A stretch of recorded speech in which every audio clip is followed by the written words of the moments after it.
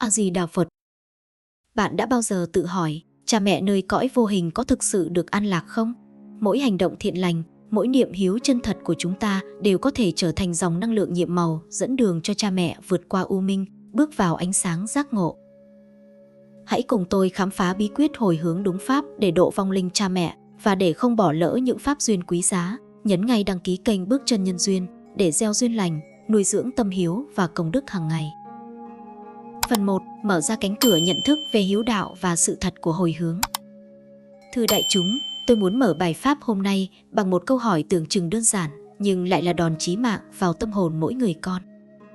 Quý vị đã bao giờ thực sự dừng lại, nhìn vào mắt cha mẹ, cảm nhận hơi thở của họ và tự hỏi ta đã làm tròn chữ hiếu hay chưa? Có lẽ nhiều người sẽ trả lời, tôi yêu cha mẹ, tôi quan tâm, tôi lo cho họ từng bữa cơm, từng bộ áo. Nhưng liệu có bao nhiêu người thật sự hiểu được ý nghĩa sâu xa của hiếu đạo, không phải chỉ là chăm sóc vật chất, mà là nuôi dưỡng tâm linh, tạo công đức, gieo duyên thiện để cha mẹ được siêu thoát và nhẹ nhàng nơi cõi giới vô hình.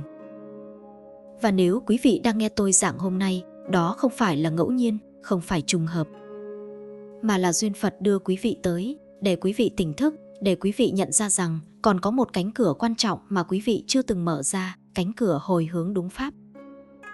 Hồi hướng, thưa đại chúng, là nghệ thuật cực kỳ tinh vi của tâm linh, là cầu nối vô hình nhưng mạnh mẽ giữa người sống và người đã mất, giữa thiện và ác, giữa hiện tại và luân hồi.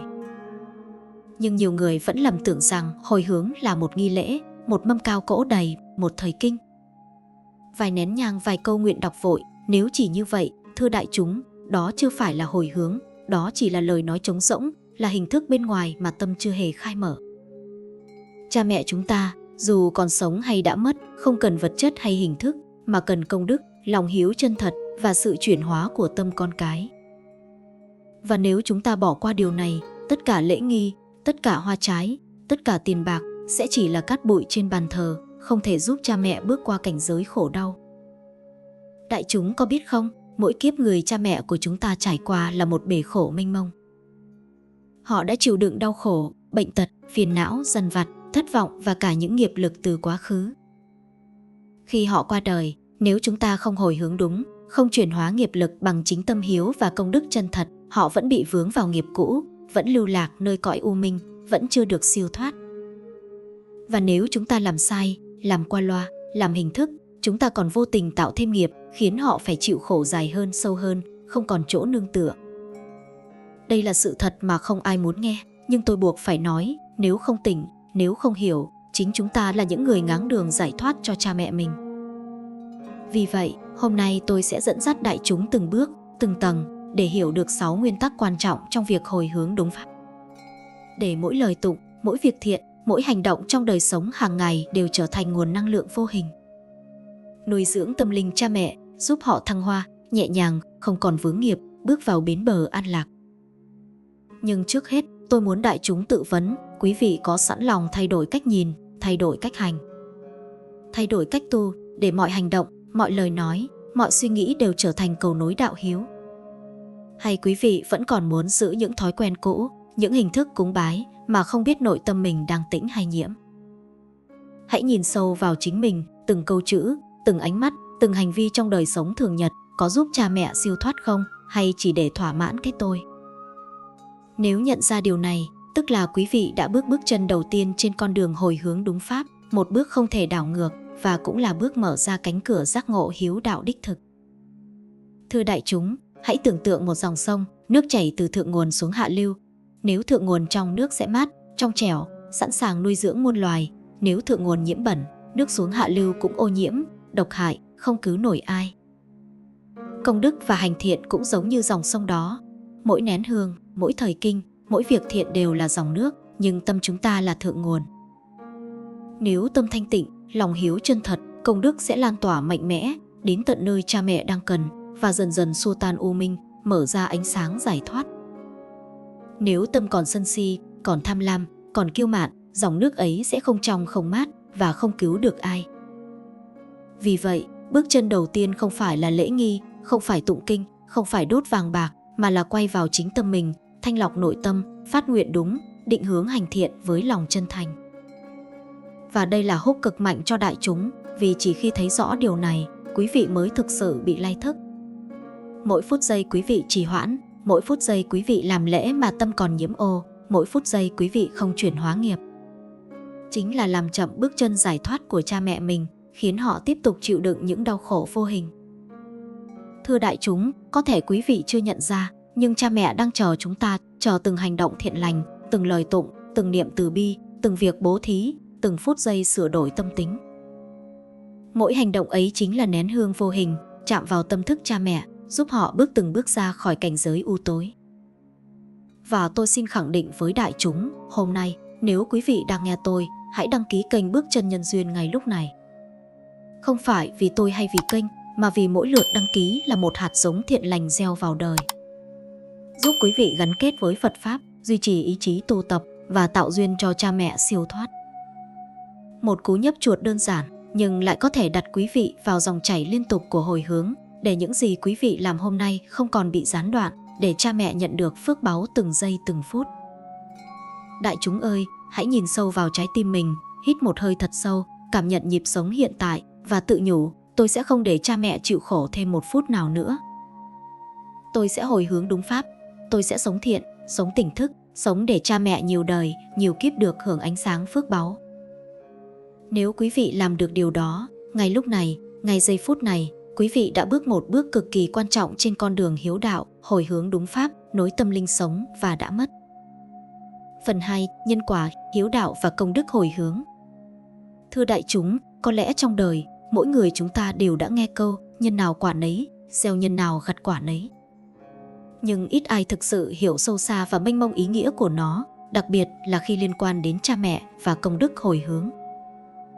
Nhân quả không phải là một trò chơi, không phải là chuyện trừu tượng trong kinh sách, mà là luật vận hành tuyệt đối của vũ trụ, len lỏi trong từng hơi thở, từng ý nghĩ, từng hành động của con người, từ lúc sinh ra đến khi ra đi. Cha mẹ là người sinh ra chúng ta, nuôi dưỡng chúng ta, chịu đựng gian nan, vất vả, lo toan mà nhiều khi chính bản thân họ cũng chưa nhận ra hết nghiệp lực mà họ phải gánh. Khi họ ra đi, nếu chúng ta không biết cách hồi hướng đúng pháp, thì dòng nghiệp ấy sẽ còn trói buộc họ, khiến họ lưu lạc, đau khổ, không tìm được bến bờ an lạc. Đại chúng hãy tưởng tượng cha mẹ như con thuyền, con là dòng sông, công đức và hành thiện là dòng nước. Nếu dòng nước trong thấm đến thuyền, thuyền sẽ tiến, sẽ nhẹ, sẽ an toàn. Nếu dòng nước nhiễm bẩn, thuyền sẽ chìm, sẽ trôi, sẽ đau khổ. Người con có biết không, mỗi việc thiện, mỗi lời từ bi, mỗi hành động tu tập đúng pháp là nước trong mát, giúp cha mẹ vượt qua bão tố của luân hồi, hướng về bến bờ giải thoát. Ngược lại, mỗi lần làm ác, mỗi lời nói sân si, mỗi hành động tham lam, mỗi niệm oán hận là nước bẩn, vô hình chung gây thêm trói buộc cho cha mẹ, khiến nghiệp lực kéo dài, khiến họ tiếp tục chịu đựng mà không ai hay biết. Vì thế, hiếu đạo không chỉ là cho cha mẹ tiền bạc, quần áo, bữa ăn đầy đủ, mà là mang công đức, lòng từ bi và trí tuệ của mình để cứu cha mẹ khỏi luân hồi đau khổ. Đó mới chính là hiếu đạo chân thật, hiếu đạo tuyệt đối, hiếu đạo không phai mờ theo thời gian, không giới hạn bởi hình thức, không bị ràng buộc bởi vật chất. Khi quý vị hiểu được điều này, quý vị sẽ không còn hỏi, con phải làm gì để cha mẹ được siêu thoát? Mà sẽ hỏi, con phải trở thành người như thế nào để những công đức và tâm lành của con trở thành dòng năng lượng cứu cha mẹ? Hồi hướng, thưa đại chúng, là cầu nối thần kỳ giữa người sống và người đã mất. Nhưng cầu nối này không phải dựng bằng vật chất, không phải dựng bằng nghi lễ hình thức, mà dựng bằng tâm, bằng hành, bằng công đức thực sự, bằng trí tuệ và lòng từ bi. Khi chúng ta bố thí, giúp đỡ người nghèo, cứu giúp sinh linh, phóng sinh đúng pháp, in kinh sách, ủng hộ đạo pháp, hay đơn giản là sửa đổi tính xấu, kiềm chế sân hận, giảm tham lam, gieo thiện niệm, tất cả đều trở thành dòng năng lượng vô hình, len lỏi qua các tầng nghiệp, đưa cha mẹ ra khỏi u minh, mở ra ánh sáng giác ngộ. Nhưng đại chúng cũng cần tỉnh thức, vì nhiều người làm việc thiện nhưng lại lẫn trong tâm còn ích kỷ, còn mong công, còn khoe mẽ. Những hành động ấy, dù bề ngoài trông thiện, nhưng về mặt tâm linh vẫn chưa đủ lực để hồi hướng cho cha mẹ. Địa Tạng Vương dạy rằng công đức không ở hình thức mà ở tâm lượng, không ở số lượng mà ở chất lượng và thanh tịnh. Do đó, quan trọng không phải làm nhiều mà là làm đúng, làm với tâm trong, làm với ý thức về hiếu đạo và nhân quả. Thưa đại chúng, để thấy rõ hơn, Hãy hình dung một câu chuyện, một người con đã mất cha mẹ, nhưng đời sống của anh ta đầy sân hận, đố kỵ và tham lam. Anh ta vẫn đều đều đi chùa, cúng lễ, thắp nhang đọc kinh, nhưng tâm anh chưa hề thanh tịnh. Cha mẹ anh khi khuất vẫn lưu lạc trong u minh, không thấy ánh sáng, không cảm nhận được công đức, vẫn chịu khổ. Ngược lại, một người con khác tuy ít lễ nghi, nhưng hàng ngày sống từ bi, làm việc thiện, giúp người nghèo. Phóng sinh, in kinh sách và đặc biệt, mỗi hành động đều phát tâm hồi hướng cho cha mẹ, thì cha mẹ anh sẽ nhẹ nhàng, thoát khỏi trói buộc, hưởng được ánh sáng của công đức, mặc dù bên ngoài ít nghi lễ hơn. Đại chúng có thấy không, sự khác biệt không nằm ở hình thức, mà ở tâm lực và sự bền bỉ. Khi ta sống với trí tuệ, khi ta dẹp bỏ tham sân si, khi ta làm mọi hành động thiện với tâm hiếu chân thật, tất cả đều trở thành nguồn năng lượng siêu việt, len lỏi qua luân hồi, làm sạch nghiệp lực, mở ra cánh cửa giải thoát cho cha mẹ. Và điều này không phải chỉ một lần, mà là hàng ngày, từng phút từng giây, cho đến khi cha mẹ có thể bước ra khỏi cảnh giới đau khổ, nương theo ánh sáng của Phật Pháp, hưởng được an vui vĩnh hằng. Để hiểu sâu hơn, đại chúng cần nhớ một điều cực kỳ quan trọng, mỗi hành động thiện lành, dù nhỏ đều có giá trị vô lượng. Một niệm từ bi, một lời nhịn nhục, một bữa cơm bố thí, một câu kinh phát tâm hồi hướng, một ánh mắt thương yêu người khác, tất cả đều là dòng năng lượng hiếu đạo, nối từ người sống sang người mất. Và khi dòng năng lượng này tích tụ lâu ngày, nó trở thành bức tường ánh sáng, chặn nghiệp lực xấu, dẫn cha mẹ ra khỏi cảnh giới u tối, giúp họ bước vào ánh sáng của giác ngộ và hạnh phúc vĩnh hằng. Và đây là cảnh tỉnh mạnh mẽ cho đại chúng, nếu chúng ta chỉ quan tâm đến hình thức, chỉ đọc kinh, thắp nhang dâng lễ, mà tâm còn nhiễm ô, còn tham sân si, còn mong công, còn khoe mẽ, thì mọi nỗ lực đều vô ích. Cha mẹ vẫn chịu khổ, nghiệp lực vẫn kéo dài, và chính chúng ta vô tình trở thành rào cản cho giải thoát của cha mẹ. Đây không phải lời sợ hãi, mà là sự thật của nhân quả, không né tránh, không bẻ cong. Thưa đại chúng, tôi muốn nhấn mạnh một lần nữa, hiếu đạo chân thật là hiếu đạo hành, không chỉ hiếu đạo miệng, không chỉ hiếu đạo hình thức. Chỉ khi mỗi hành động, mỗi niệm tâm, mỗi lời nói của chúng ta được đặt trên nền tảng từ bi, trí tuệ, thanh tịnh, không cầu danh, không chấp công, thì công đức mới đủ mạnh để hồi hướng cho cha mẹ. Và khi quý vị hiểu điều này, quý vị sẽ không còn lo lắng về lễ nghi, mâm cao cỗ đầy, tiền bạc hay vàng mã. Mọi thứ trở nên vô nghĩa nếu tâm không trong, và mọi hành động nhỏ xuất phát từ tâm chân thật đều vô lượng giá trị, đủ để nối liền cõi sống, cõi chết, hiện tại, vô lượng kiếp. Cuối cùng, thưa đại chúng, nếu quý vị thật sự muốn cha mẹ được siêu thoát, muốn nối nhịp cầu hiếu đạo, muốn tạo phước báu vô lượng, hãy bắt đầu từ ngay hôm nay, ngay bây giờ, từng hành động, từng niệm tâm, từng lời nói, và đừng quên nhấn đăng ký kênh Bước Chân Nhân Duyên. Mỗi lượt đăng ký là một hạt giống thiện lành, kết nối quý vị với đạo Pháp, kết nối với hiếu đạo và gieo duyên cho cha mẹ nhiều đời nhiều kiếp hưởng phước báu. Phần 3. 6 nguyên tắc hồi hướng đúng. Thưa đại chúng, sau khi hiểu được nhân quả và hiếu đạo, quý vị sẽ nhận ra rằng hồi hướng không phải tự phát, không phải tùy tiện và cũng không phải làm hình thức. Địa Tạng Vương đã chỉ dạy rõ ràng để hồi hướng thành tựu công đức và giúp cha mẹ nhiều đời nhiều kiếp. Người con cần thấm nhuần 6 nguyên tắc căn bản, mỗi nguyên tắc là một trụ cột vững chắc, nối tâm người sống với cha mẹ nơi cõi vô hình.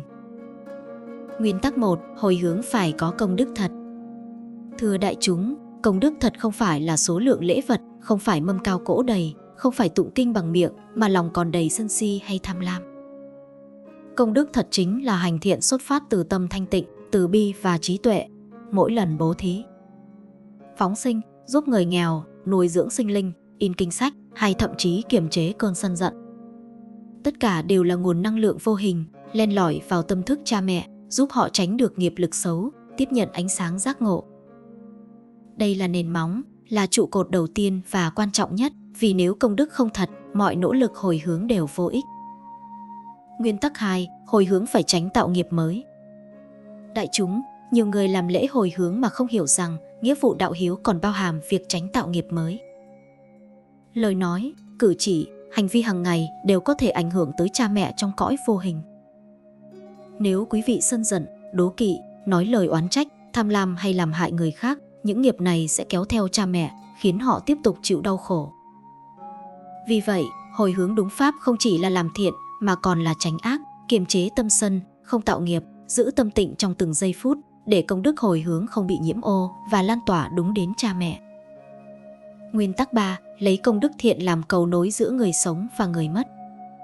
Thưa đại chúng, hồi hướng không phải là lời nói trống rỗng mà là dòng năng lượng tâm linh được tạo từ công đức thiện thật.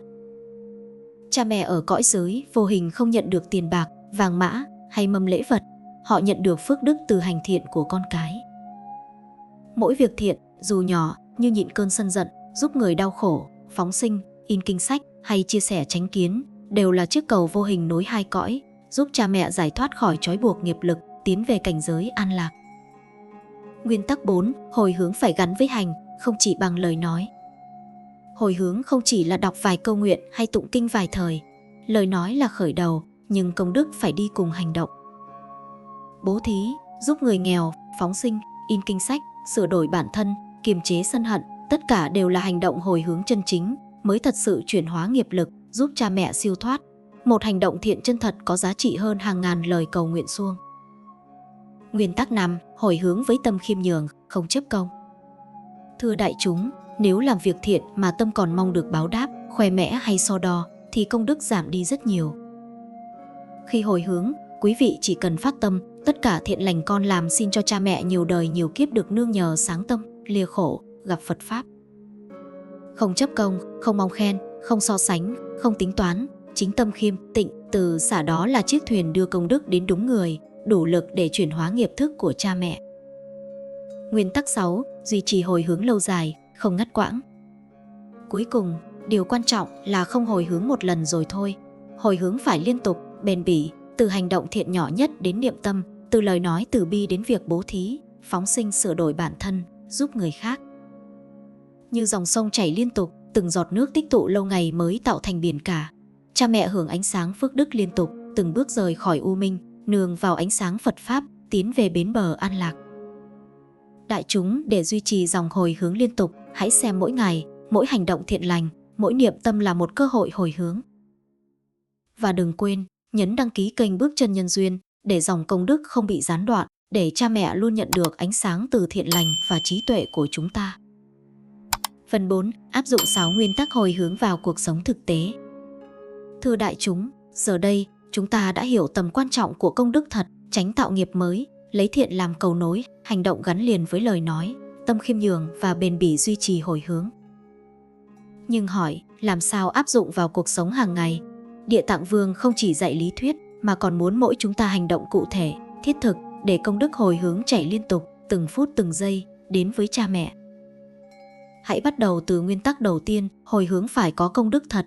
Đại chúng, mỗi ngày quý vị sống, hãy làm việc thiện ngay trong những việc tưởng chừng nhỏ bé.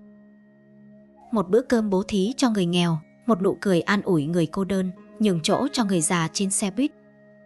Một câu nói dịu dàng xoa dịu cơn giận dữ của đồng nghiệp, hay đơn giản là nhẫn nhịn trước lời lẽ tổn thương, tất cả đều là công đức chân thật.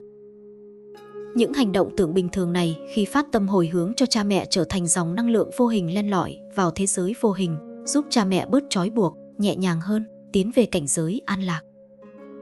Một câu chuyện nhỏ minh họa, một người con, sau khi cha mẹ qua đời, thường xuyên đi chùa, thắp nhang, đọc kinh, nhưng vẫn nóng giận trong giao tiếp hàng ngày, so đo với đồng nghiệp, sân hận khi lái xe.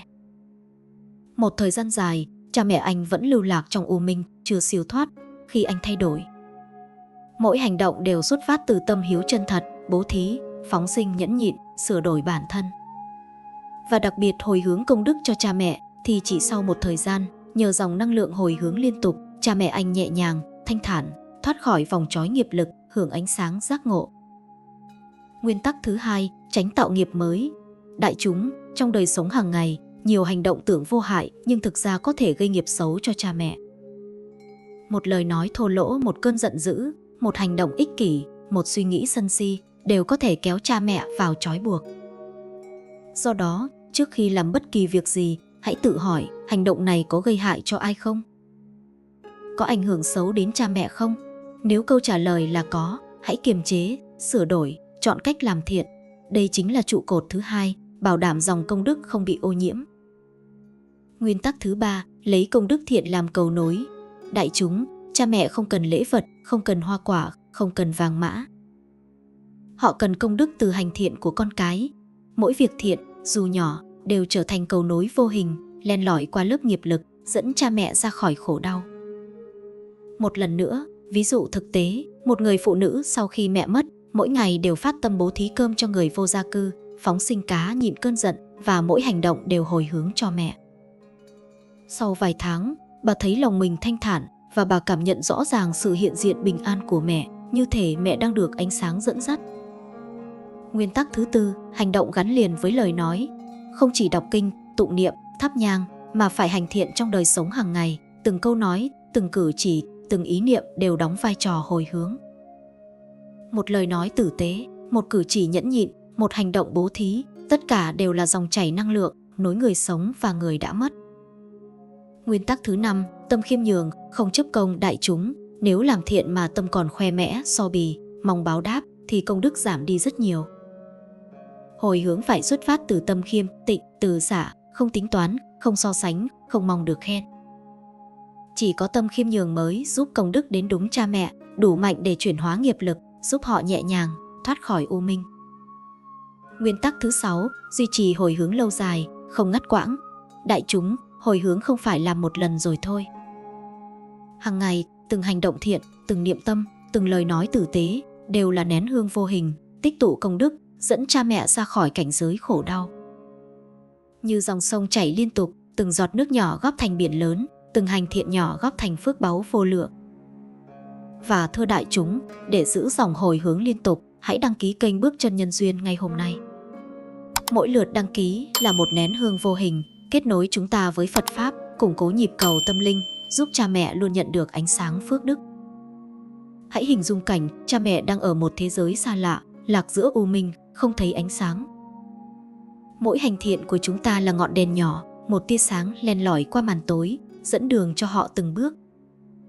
Khi chúng ta bền bỉ, khiêm nhường, không chấp công, công đức sẽ tăng lên, ánh sáng mạnh dần, cha mẹ sẽ thoát khỏi trói buộc, tiến về bến bờ an lạc, và chúng ta sẽ cảm nhận rõ ràng niềm an vui vô biên trong tâm mình.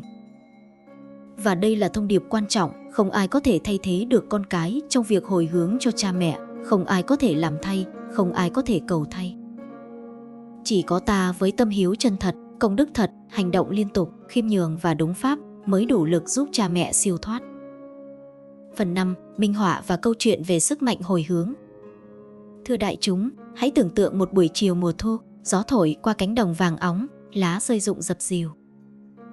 Có một người con ngồi bên bàn thờ cha mẹ đã khuất, mắt đỏ hoe, nhưng tâm trí vẫn băn khoăn, cha mẹ con có được bình an nơi cõi giới vô hình không? Con đã làm đủ chưa? Anh chàng này, ban đầu chỉ làm lễ hình thức, thắp nhang vài ba lần, đọc kinh vội, nhưng tâm chưa tịnh. Một thời gian, anh nhận ra rằng cha mẹ vẫn chưa siêu thoát, và anh bắt đầu áp dụng 6 nguyên tắc hồi hướng đúng pháp. Mỗi việc thiện, mỗi niệm tâm, mỗi lời nói đều phát tâm cho cha mẹ, không cầu công, không sân si, không chấp. Anh bền bỉ làm hàng ngày, từng việc nhỏ, từ nhịn cơn sân giận cho đến bố thí cơm cho người nghèo, phóng sinh cá, in kinh sách, và mỗi hành động đều hồi hướng cho cha mẹ. Thời gian trôi, một buổi sáng, khi anh đang làm việc thiện, bỗng thấy trong tâm một cảm giác an nhiên kỳ lạ. Như thể cha mẹ đang mỉm cười, ánh sáng dịu dàng lan tỏa trong lòng, niềm vui không lời nhưng thấm sâu vào từng tế bào.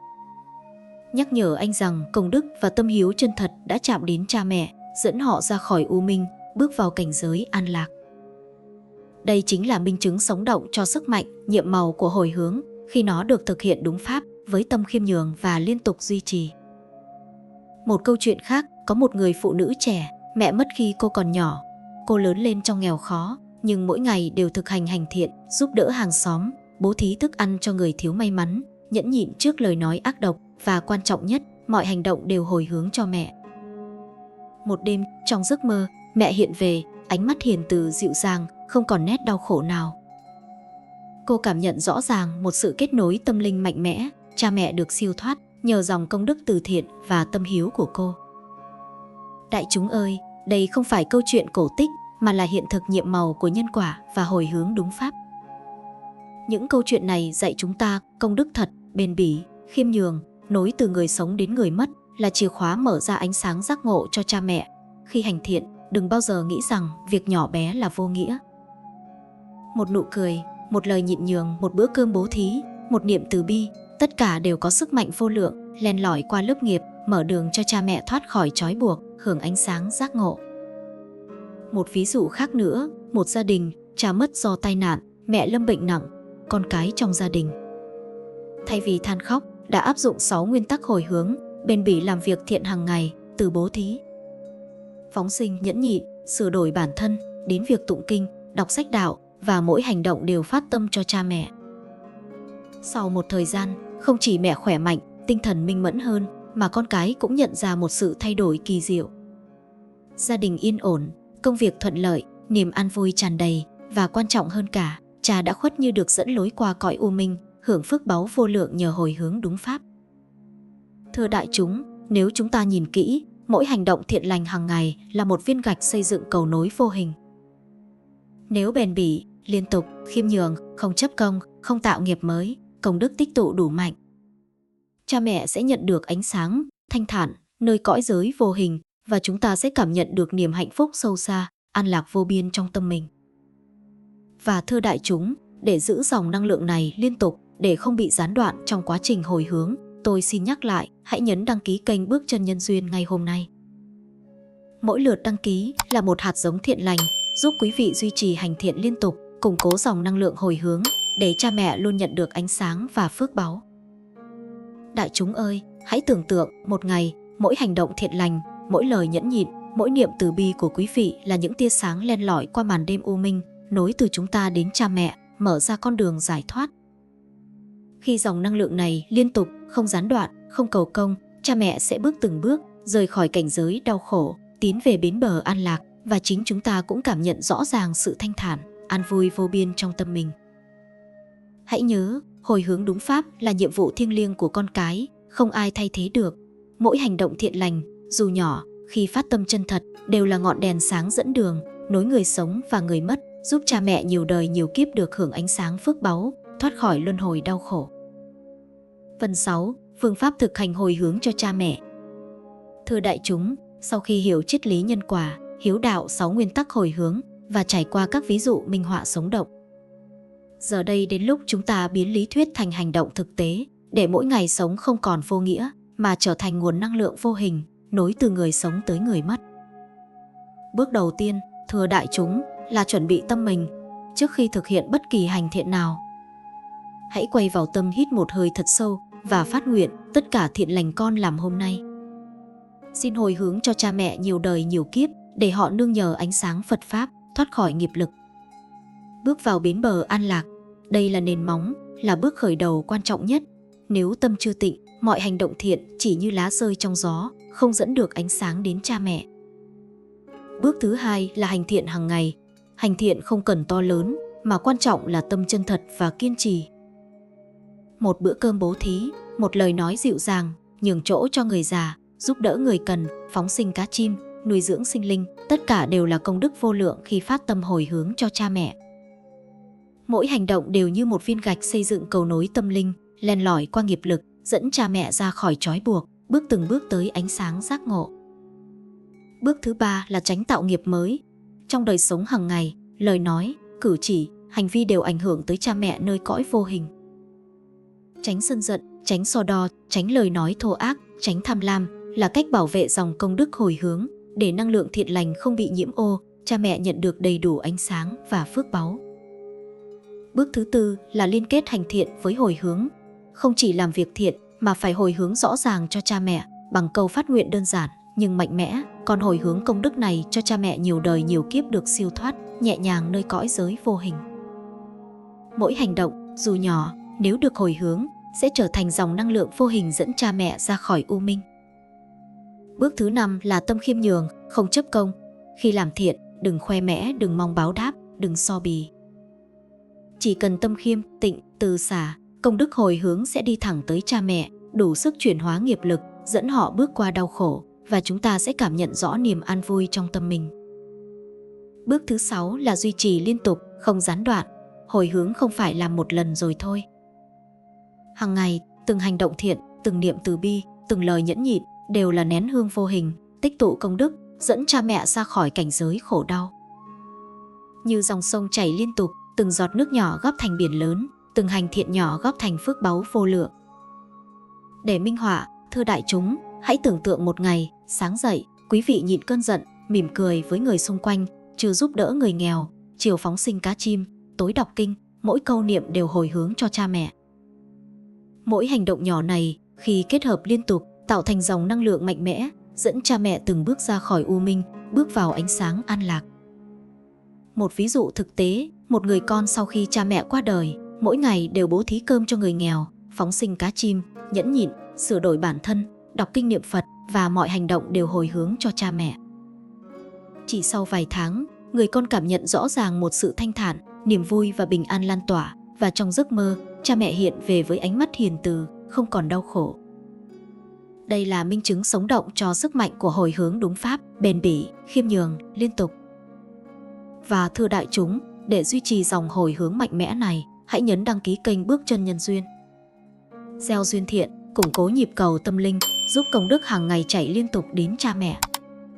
Không bị gián đoạn, đảm bảo rằng mỗi hành thiện đều trở thành ánh sáng dẫn đường cho cha mẹ nơi cõi vô hình. Nhìn lại, thưa đại chúng, 6 bước này, chuẩn bị tâm hành thiện, tránh tạo nghiệp mới, hồi hướng rõ ràng, tâm khiêm nhường, duy trì liên tục là khung pháp thực hành hồi hướng đúng cho cha mẹ, bất cứ ai cũng có thể áp dụng. Khi thực hành đúng, không những cha mẹ được siêu thoát mà chúng ta còn thấy rõ sự an lạc trong tâm mình, thấy rõ sức mạnh nhiệm màu của hiếu đạo và cảm nhận được mối liên kết vô hình giữa thế giới sống và đã mất. Hãy hình dung, thưa đại chúng, mỗi hành thiện là một ngọn đèn nhỏ, từng ngày kết hợp thành ánh sáng rực rỡ, chiếu sáng nơi u minh, dẫn cha mẹ từng bước ra khỏi khổ đau, bước vào bến bờ giác ngộ. Và ánh sáng đó dần dần lan tỏa tới tâm chúng ta, giúp chúng ta thanh thản, an lạc, tràn đầy niềm vui sâu xa. Phần 7. Kết luận và hoàn thiện. Thưa đại chúng, khi chúng ta nhìn lại hành trình từ đầu đến giờ, có thể thấy rõ rằng hồi hướng cho cha mẹ không phải chuyện hình thức. Không phải việc làm một lần rồi quên, mà là một nghệ thuật tâm linh, một sứ mệnh thiêng liêng của con cái. Được xây dựng trên nền tảng tâm hiếu chân thật, công đức thật và sự bền bỉ kiên trì trong từng hành động thiện lành. Chúng ta đã hiểu rằng, nhân quả vận hành nghiêm minh, cha mẹ sinh ra chúng ta, nuôi dưỡng chúng ta trong gian nan, vất vả, và khi họ ra đi, nếu chúng ta không hồi hướng đúng pháp, nghiệp lực vẫn kéo họ trong cảnh giới đau khổ. Nhưng khi chúng ta áp dụng 6 nguyên tắc hồi hướng, bền bỉ thực hành từng ngày, từng niệm tâm, từng lời nói, từng hành động thiện lành, thì công đức ấy trở thành dòng năng lượng vô hình, dẫn cha mẹ ra khỏi u minh, bước vào ánh sáng an lạc và đồng thời thanh lọc tâm mình, mang lại niềm an vui vô biên. Hãy tưởng tượng, đại chúng ơi, mỗi hành thiện hàng ngày, một bữa cơm bố thí, một lời nhẫn nhịn, một câu kinh niệm Phật, một việc làm từ bi, một hành động phóng sinh đều là ngọn đèn nhỏ trong đêm tối vô minh. Một ngọn đèn thì nhỏ, nhưng khi được kết hợp, hàng ngàn, hàng vạn ngọn đèn ấy tạo thành ánh sáng rực rỡ, len lỏi qua màn tối, dẫn cha mẹ từng bước ra khỏi bóng tối, tiến về bến bờ giải thoát. Và điều kỳ diệu là, ánh sáng này không chỉ chiếu cho cha mẹ mà lan tỏa vào tâm chúng ta, mang đến sự an lạc, niềm vui sâu xa và lòng hiếu đạo trọn vẹn. Đại chúng ta cũng đã thấy sức mạnh nhiệm màu của ví dụ minh họa thực tế. Những người con kiên trì hành thiện, tránh tạo nghiệp mới, bền bỉ hồi hướng và tâm khiêm nhường đã chứng kiến cha mẹ mình nhẹ nhàng, thanh thản và hưởng ánh sáng giác ngộ, dù trước đó họ từng lạc trong u minh. Đây chính là minh chứng sống động, là lời nhắc nhở rằng hiếu đạo chân thật không chỉ là trách nhiệm mà là một hành trình thiêng liêng, kết nối con người với Phật Pháp, hiện tại với vô lượng kiếp, người sống với người đã mất. Và giờ đây, thưa đại chúng, tôi muốn nhấn mạnh một lần nữa, hồi hướng không phải là việc làm qua loa. Không phải chỉ đọc vài câu kinh, thắp vài nén nhang, mà là một hành trình tâm linh liên tục. Xuất phát từ tâm hiếu chân thật, áp dụng 6 nguyên tắc hồi hướng và duy trì liên tục từng ngày. Mỗi hành động thiện lành, dù nhỏ, đều là một viên gạch xây dựng cầu nối vô hình, đưa cha mẹ ra khỏi u minh, giúp họ hưởng ánh sáng giác ngộ và đồng thời thanh lọc tâm mình, tạo ra hạnh phúc sâu xa, an lạc vô biên. Thưa đại chúng, hãy nhìn lại 6 nguyên tắc hồi hướng, công đức thật, tránh tạo nghiệp mới, lấy thiện làm cầu nối hành động gắn với lời nói, tâm khiêm nhường, duy trì bền bỉ. Khi áp dụng đúng, mỗi nguyên tắc trở thành một trụ cột vững chắc, hỗ trợ nhau, tạo thành dòng chảy năng lượng nhiệm màu, dẫn cha mẹ từng bước rời bỏ đau khổ, tiến về bến bờ giải thoát. Và điều quan trọng là chúng ta không hành động một mình, mà mỗi hành thiện, mỗi niệm từ bi.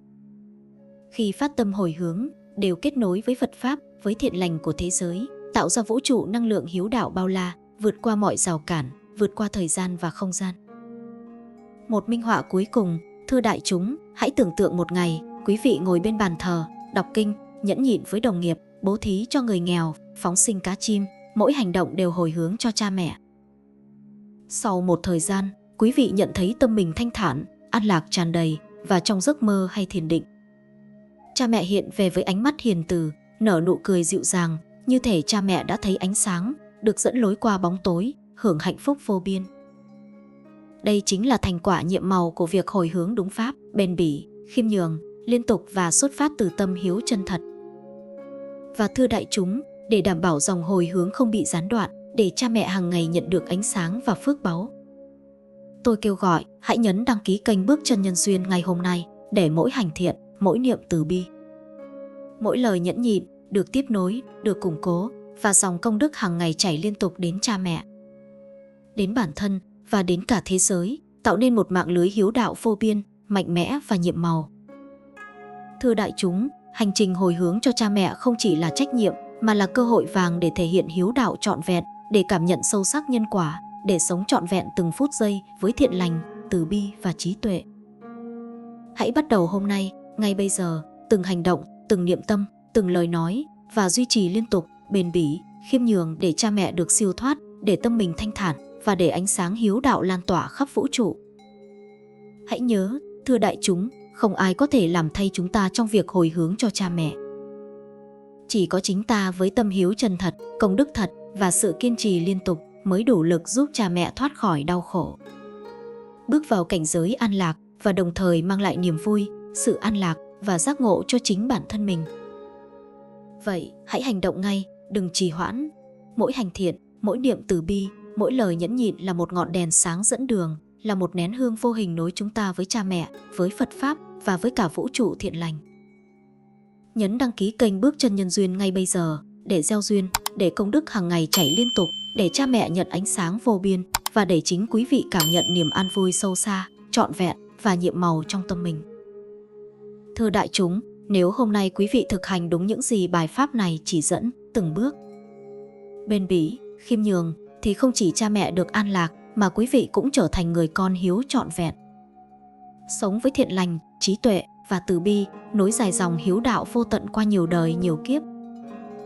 Đây chính là kết thúc nhiệm màu, tổng hòa của tất cả các phần, nhưng cũng là mở đầu cho một hành trình hiếu đạo liên tục, không gián đoạn, vĩnh hằng.